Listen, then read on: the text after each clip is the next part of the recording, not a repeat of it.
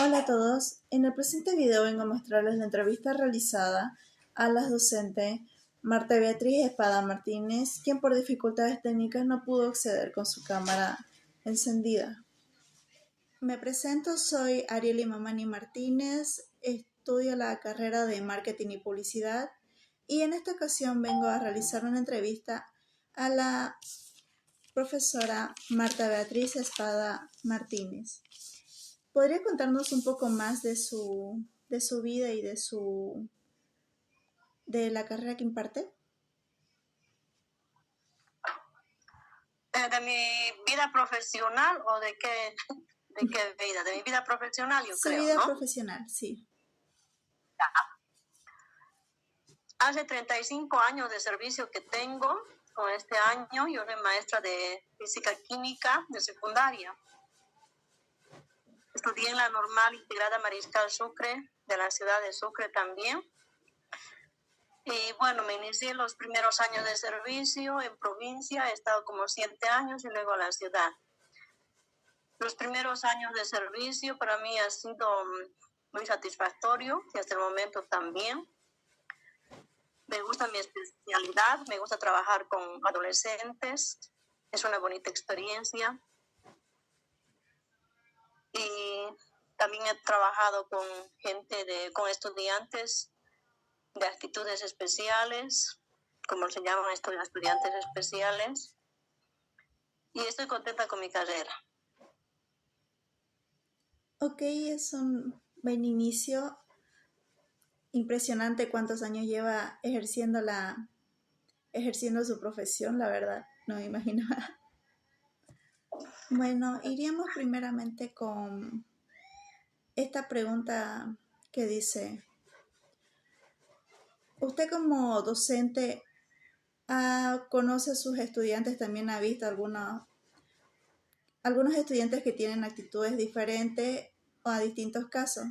Y en este caso en particular, desde su punto de vista, ¿cuáles son normalmente las causas que conllevan a que los estudiantes o los niños no cumplan correctamente con sus tareas asignadas?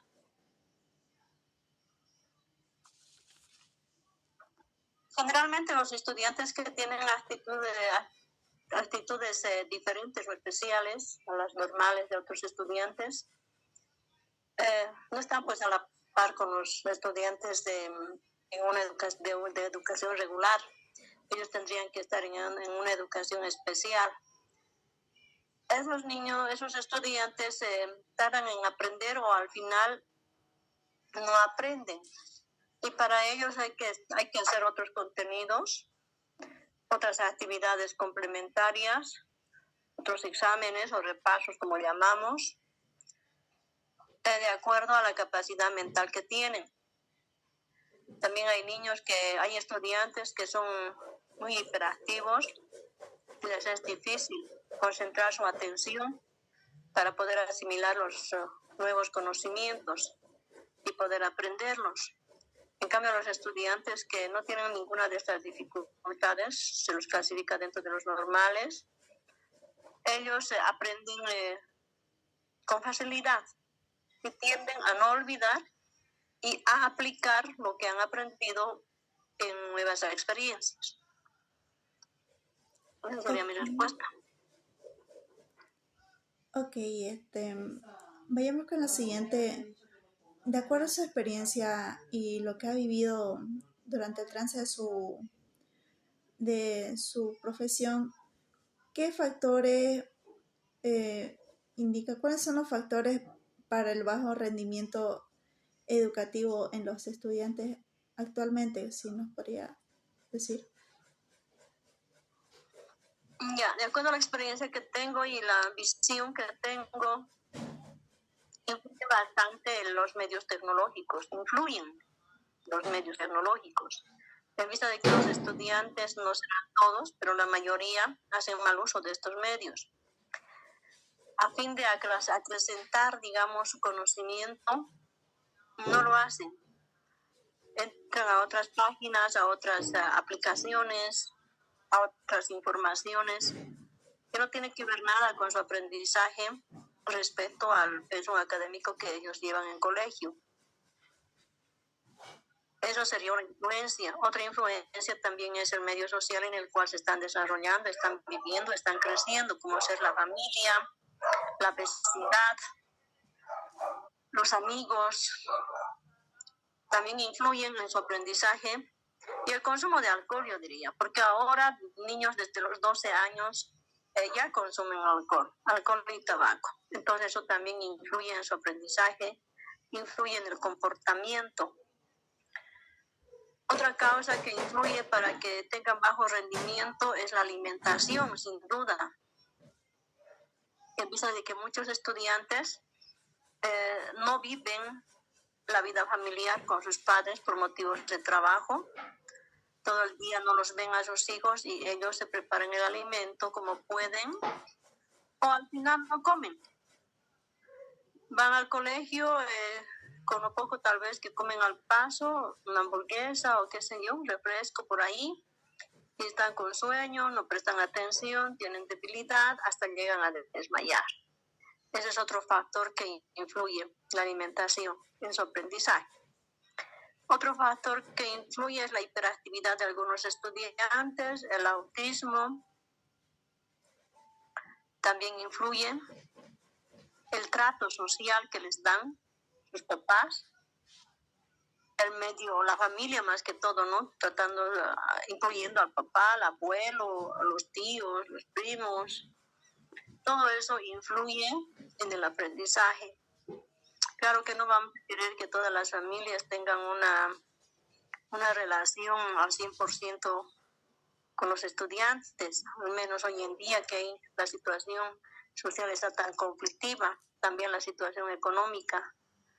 Pero sin embargo, hay que nomás llamar a los padres de familia, más que todo, la atención para que presten un poco más de atención, sean más responsables con ellos. También influye la irresponsabilidad de los estudiantes que no se les ha inculcado desde sus primeros años educativos. Mucho influye. Generalmente en los primeros años de escolaridad, quienes hacen sus trabajos, por ejemplo, son las mamás. Quienes van a abogar por un trabajo o un examen que se haya aplazado son las mamás. Entonces los hijos no adquieren esa responsabilidad, los estudiantes, porque saben que va a haber una persona quien va a ir a hablar para que pida otra oportunidad. Y esto debería borrarse, debería eliminarse ya en la mentalidad de los papás y de los estudiantes, las ayuditas para poder pasar de curso. Yo tengo la idea de que el estudiante tiene que pasar de grado con lo que aprende, no simplemente con lo que hace. Eso es lo que podría responder. Sí, como se han visto, es un área amplia esto, lo que es distintos factores que influyen en esto, lo que es el bajo rendimiento también. Como siguiente pregunta tendríamos, ¿de qué manera también los padres pueden influir en la educación de sus hijos y cómo afecta la ausencia de estos en la misma? Los papás tendrían que interiorizarse en las actividades de sus hijos, no solamente en las escolares, también en las extraescolares.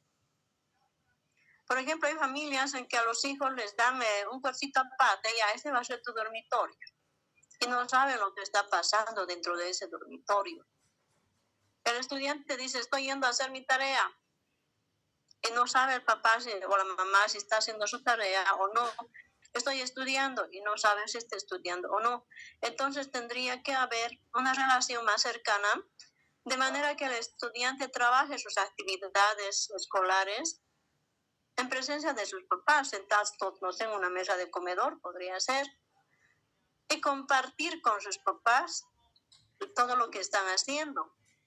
Y de esta manera sus padres también podrían apoyarlos. Es una manera de ayudarlos a los estudiantes.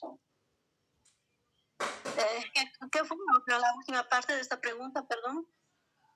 Sí, la formulación era de qué manera influyen y qué puede generar la ausencia de estos también en lo que es su educación. ¿Qué puede generar la ausencia de los papás en los estudiantes, genera pues el ausentismo escolar, lo que llamamos deserción escolar en algunos estudiantes. Al ver que sus padres no están supervisando las actividades de los estudiantes, ellos se sienten solos y se sienten con todo derecho a hacer lo que ellos quieren hacer, olvidándose de las actividades primordiales, como es el cumplimiento de su aprendizaje, el cumplimiento de sus actividades complementarias, incluso la asistencia al establecimiento, brillan por su ausencia. Hay estudiantes que 1 mes, 2 meses no asisten, entonces se les toma como retirado. Y llegado el momento de entrevistas, por ejemplo, al finalizar casi un trimestre, el padre o madre de familia o tutor se aproxima al colegio y resulta que su hijo 1 mes o 2 no había asistido a clases. Pero sin embargo, el hijo sabía. Entonces ahí es donde surgen los informes, me dicen el papá o la mamá, es que nosotros trabajamos, es que nosotros siempre estamos viajando y se ha quedado al cuidado de mi abuela o de mi papá, de mi mamá, mi hermana. Entonces hace mucho la presencia de los papás, tomando en cuenta que son las personas, quienes son los encargados de la educación de sus hijos, tanto en el aspecto educativo, escolar, como en el de familia. Influye bastante el ausentismo del papá. El niño o la niña o el adolescente se siente solo y hasta busca otros lugares, otros amigos. Ahí es donde empieza el consumo del alcohol, del tabaco y hasta la droga. Ok, para finalizar esta entrevista, ¿podrías recomendarnos de qué manera los padres también pueden ayudar a los hijos en su desarrollo escolar y además también estaba dirigida para los niños? ¿Qué tipo de metódica se tendría que usar con ellos para que también puedan mejorar su nivel de educación? Ya que se ha visto que hay distintos niños con capacidades diferentes, tanto mentales como físicas. En esto también influye demasiado. ¿Qué metódica se tendría que utilizar con aquellos y para que ellos puedan mejorar su nivel de escolaridad? Ya. Generalmente en las escuelas, ya sean públicas o privadas, más que en las públicas, hay padres de familia que todavía son analfabetos. Y hay padres de familia que sí son conocedores de las letras. Entonces, tendría que el colegio, mediante la directora, organizar algunos talleres para que se les pueda inculcar en actividades que puedan realizar con los estudiantes y puedan ser un apoyo. El apoyo no solo es decir, a ver, haz tu tarea y bueno, pues ni revisarlo, ni ver lo que está haciendo. Claro, que un padre que no sabe leer ni escribir no va a poder, ¿no? Pero un padre que es letrado, sí. A ver, muéstrame qué estás haciendo. Y a ver, enséñame lo que estás haciendo. Entonces el estudiante ya le llama la atención y dice, wow, mi papá me está diciendo que le enseñe, ¿y ahora qué hago?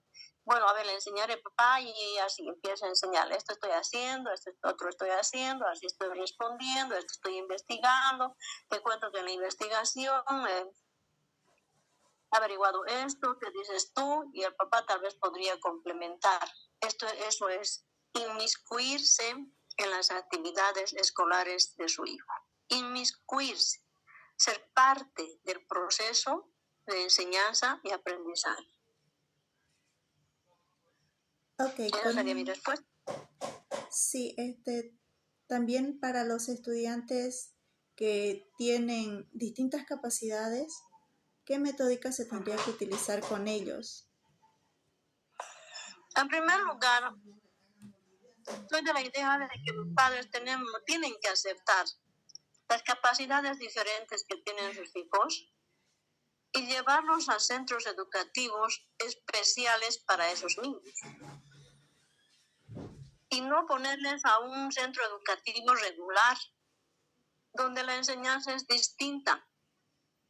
porque se supone que estamos trabajando con estudiantes normales, no especiales. Entonces, esa es la primera dificultad. ¿Cómo deberían trabajar? Inmiscuyéndose también en las actividades que hagan en lugares de enseñanza para estudiantes de capacidades especiales. Tienen que inmiscuirse, donde generalmente les enseñan más manualidades. Entonces ellos trabajar con sus niños, con sus hijos, ya sean adolescentes igual, trabajar con ellos. Tienen que hacer una canastita, no sé, de palitos de helado. Ya, hagamos la canastita juntos, no hacérselo. Yo hago, pongo un palito, pego aquí, tú pegas también igual, encima otro palito y tú también, hagamos juntos. Entonces, de esa manera, al estudiante se le está acompañando en sus quehaceres escolares. Ok, bueno, con esto concluimos la entrevista. Usted como docente nos ha mostrado distintas pautas que influyen tanto el rendimiento de los estudiantes, qué participación tendrán que tener los padres y además mostrándonos, nos está hablando también sobre esto, lo de las capacidades especiales en distintos niños, lo cual es importante ya que en algunas veces fui a hacer un voluntariado a un colegio normal fiscal y he encontrado por lo menos 2 niños con capacidades especiales, uno con TDAH y otro con... Sí, no, sí, los dos eran con TDAH. Se les dificultaba demasiado, solamente miraban y tenían como la mirada perdida, o el otro niño simplemente se distanciaba, no sabía qué hacer, era como que entrando en un trance y fue muy difícil tratar con ellos también, viendo la dificultad que tenían también las profesoras con otros niños que son hiperactivos. Así que es importante también esto, lo de las escuelas para niños especiales. Nos ha mostrado otra perspectiva de cómo es también la educación hoy en día y cómo tratar con estos niños que tienen capacidades especiales. Bueno, un gusto, señora Marta. Nos vemos, que la pase bien, que esté bien de salud, que goce de su salud. Y nos vemos en una próxima ocasión. Muchas gracias. Muchas gracias. Tal vez podría aportar algo más en cuanto, porque solamente hemos aportado de los padres y de los estudiantes. También aquí mucho prioriza en el aula el liderazgo del maestro. Tiene que saber manejar grupos con personas de distintas capacidades. Por eso es un maestro, ¿no? Y tiene que estar preparado pedagógica, psicológica y didácticamente. Porque a veces parece que todos los estudiantes fueran normales, pero no, nos encontramos con estas dificultades, incluso de estudiantes que no pueden manipular con facilidad el lápiz para poder escribir. Estudiantes que hablan bien bajito y no se les escucha nada. Estudiantes que en su banco están, pues, molestando, queriendo pararse. Pero cuando ya se les hace hacer una actividad, ya se pierden. Entonces hay que tener, el maestro tiene que ser un líder en el aula. De lo contrario, no va a marchar bien. Y el aprendizaje va a caer a un tacho. Y la enseñanza también. Y los estudiantes van a empezar por aburrirse y cometer indisciplina en el aula. Se tiene que empezar desde lo que conocen hasta lo que no conocen.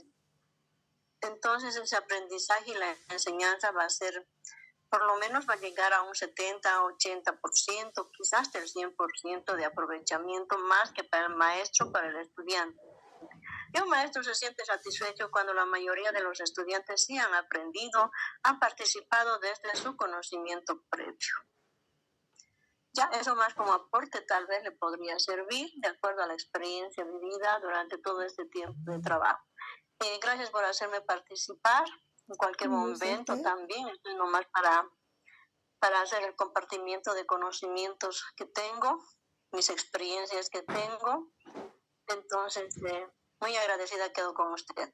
Igualmente agradecida el punto que nos dio también Es algo importante también la metódica que utilizan los maestros y en el caso del líder también. Bueno, muchas gracias por su aporte, que pase un lindo día, que goce de salud y hasta en una próxima ocasión. Nos vemos. Hasta luego. Mucho gusto de conocer. Hasta luego. Mucho gusto. Hasta luego.